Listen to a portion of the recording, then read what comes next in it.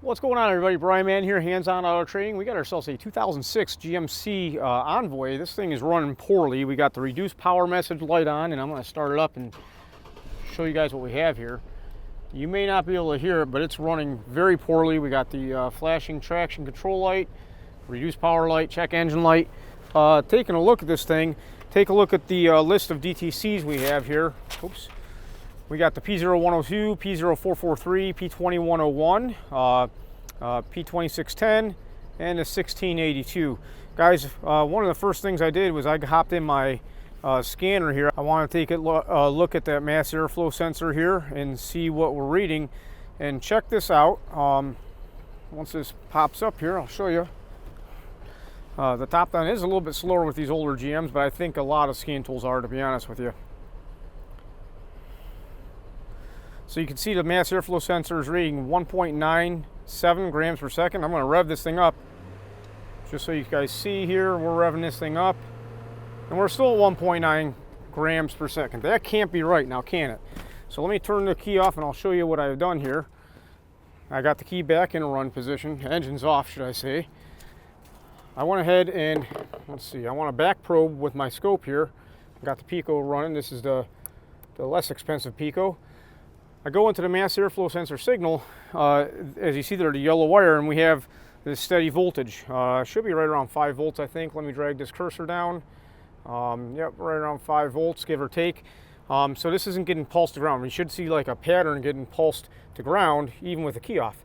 But going into the pink wire, right there, as you see here, if we go into our all data,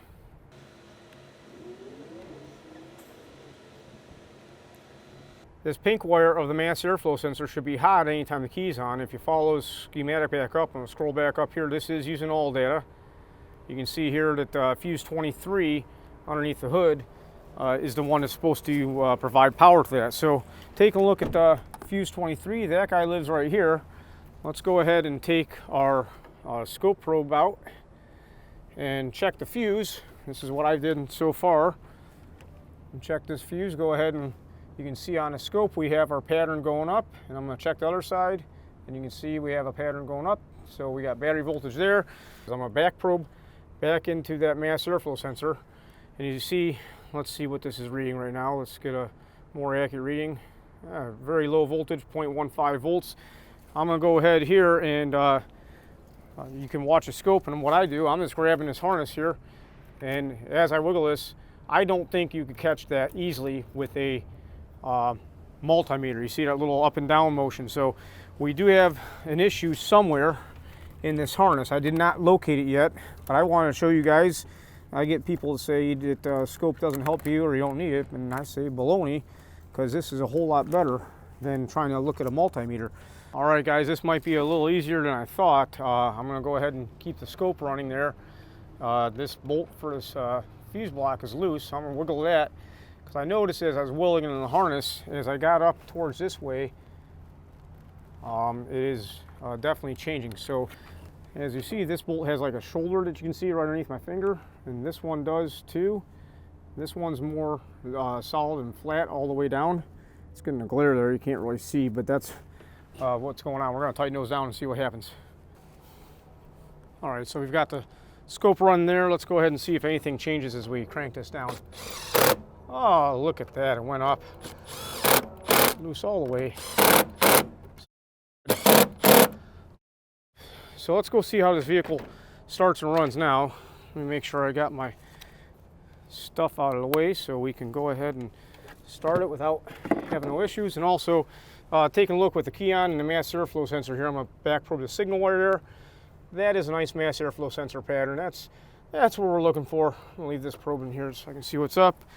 Make sure we're clear. I don't want nothing getting in that fan and belt. I'm going to turn the key off and then start it back up. Oh, it still runs rough, guys. Still runs rough, still reduced power message. Okay, so I know for a fact I fixed one problem, but this is one of those situations where it's going to be a problem. Oh, look at that. Mass airflow sensor's reading again. Of course, this thing already has a brand new mass airflow sensor on it. You may not be able to tell, but that engine's got the shakes. I'm hoping that shows up to you guys how bad this thing is running. This thing is absolutely running poorly. Let's make sure we still have a nice mass airflow sensor signal, and we do. Guys, I cleared the codes. My check engine light went out and this thing's purring like a kitten. I got no codes. That's pretty odd. Now when I cleared the codes, I think I didn't catch it on camera. My check engine light went out with the key on and it never returned. Usually you're expecting to have a check engine light on, key on, engine off, right? This thing definitely has been worked over down here. We need to repair some of these harnesses and stuff, figure out what's going on. I think the big part of this problem of this vehicle is this fuse block. Somebody had not put it back together properly. Why they did this, I don't know. I'm going to have to ask more questions. Sometimes part of being a auto tech, especially a mobile guy, is being a detective. Head over here one more time. This thing is running smooth. Wow, it did not have this type of pep before. So it was all loaded up, guys. I mean, it smells like this thing has been running poorly for quite some time. So, that being said, I think what I need to do is have my customer take it for a good old-fashioned test drive and see what's up, because I have no codes. And what I really want to see now is when I turn this key to the off position, turn it back to run, I don't have a check engine light. Oh, I have a check engine light reduced power. Interesting. Usually I expect to see a check engine light on, key on, engine off. Now, I don't have my flashlight. I broke my nice flashlight. That Coast company is nice enough, they're warranting one out for me, so that's sweet. But let's go back to our DTC information.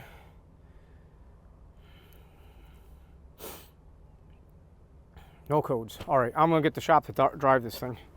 One of the things I forgot to tell y'all was on these older GMs, I don't know why this is, but I think there's even TSBs about it.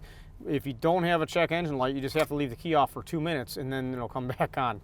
So very interesting stuff. As you see, we do have the check engine light, key on, engine off, start it up, and we're good. I did go for a test drive around the block with a customer. They do have a steering angle sensor light. I think it might even come on.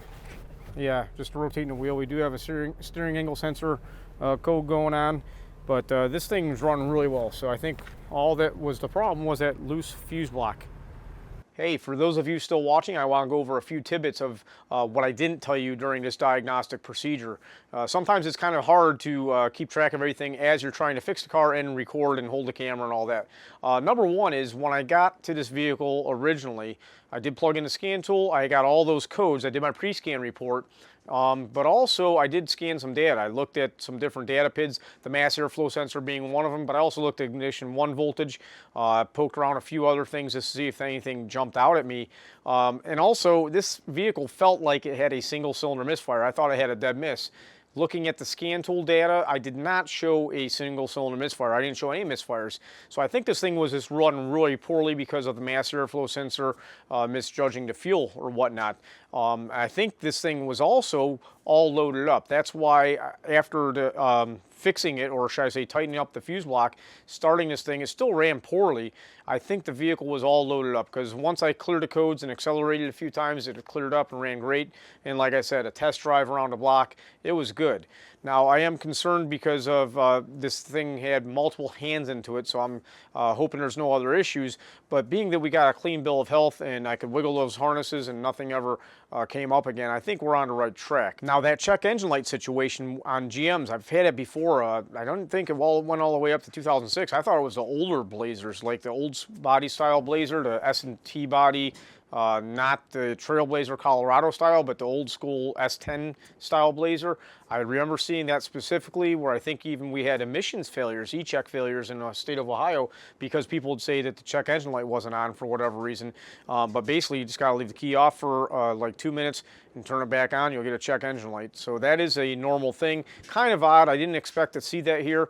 And also, when I cleared those codes, like I said before, I don't know if that had anything to do with this vehicle is still kind of like in a limp-in mode because it still had a code set. It didn't see enough ignition cycles of it being fixed to allow the vehicle to run properly for the reduced power message and all that stuff. So guys, I do appreciate you taking the time to watch. And if you're still watching, be sure to let me know in the comments what you think and how you would have went about this diagnosis.